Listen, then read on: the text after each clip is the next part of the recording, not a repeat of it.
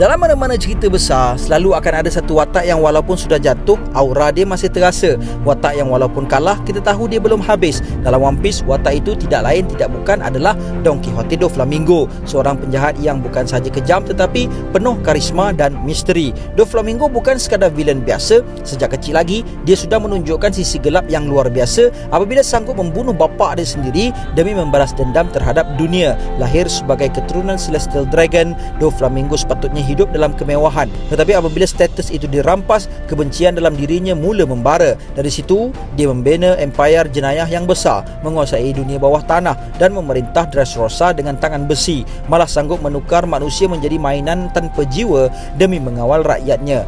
Namun sehebat mana pun Doflamingo, dia tetap tewas di tangan Monkey D. Luffy. Dengan bantuan Trafalgar D. Waterlaw, Luffy berjaya menjatuhkan Doflamingo, lalu menyebabkan dia ditangkap dan dipenjarakan di Impel Down. Ramai yang anggap itu pengakhiran kisahnya, tapi sebenarnya itu mungkin hanya permulaan kepada kebangkitan semula. Selepas tamatnya Saga Wano, One Piece kini memasuki fasa akhir cerita. Arc seperti Egghead dan Elbaf bukan sahaja mengembangkan lore dunia, tetapi juga membawa kembali watak-watak lama. Kita dah lihat kemunculan semula Nefertari Vivi, Crocodile, malah watak seperti Wapol dan kaum gergasi Elbaf turut kembali memainkan peranan.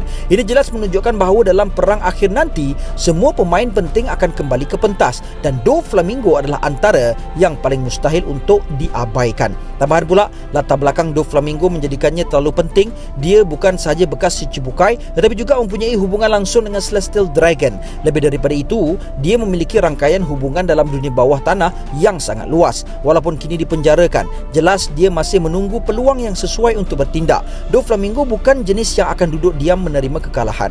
Persoalan besar sekarang, macam mana dia akan keluar dari Impel Down. Secara teorinya, Impel Down dianggap penjara paling mustahil untuk ditembusi. Tetapi sejarah dalam One Piece sudah membuktikan sebaliknya. Penjara ini pernah diceroboh 2 kali. Pertama oleh Shiki dan kedua oleh Luffy sendiri ketika perang Marineford. Jadi, idea tentang satu lagi pelarian besar bukanlah sesuatu yang mustahil, terutamanya dalam keadaan dunia yang semakin huru-hara. Tambahan pula, dalam Impel Down masih terdapat beberapa watak terkuat seperti Mr. Tu dan Edward Weevil. Kalau digabungkan dengan kecerdikan Doflamingo, mereka sahaja sudah cukup untuk mencetuskan satu lagi kekacauan besar.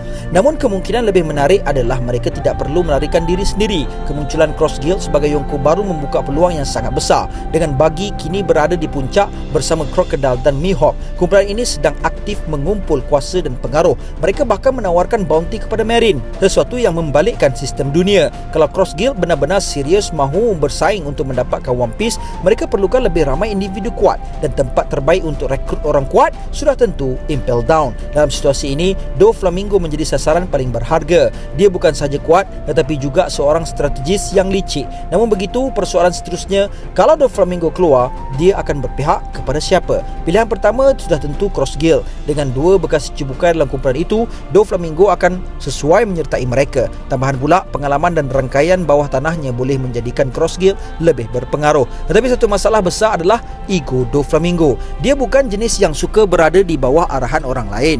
Pilihan kedua adalah menyertai kumpulan Blackbeard Pirates. Marshall D. Teach terkenal dengan falsafahnya, selagi matlamat sama, semua boleh bekerja sama. Dalam kumpulan ini, kekuatan dan kebijaksanaan adalah segala-galanya, dan Doflamingo mempunyai kedua-duanya. Ini menjadikan dia calon yang sangat sesuai. Namun kemungkinan paling menarik adalah dia bekerjasama dengan Luffy. Walaupun kedengaran mustahil, situasi seperti ini pernah berlaku sebelum ini apabila Luffy bekerjasama dengan Crocodile semasa perang Marineford. Dengan ancaman besar daripada World Government dan Imu, tidak mustahil musuh lama terpaksa bergabung demi matlamat yang lebih besar. Apapun pilihannya, satu perkara pasti, Doflamingo masih belum habis.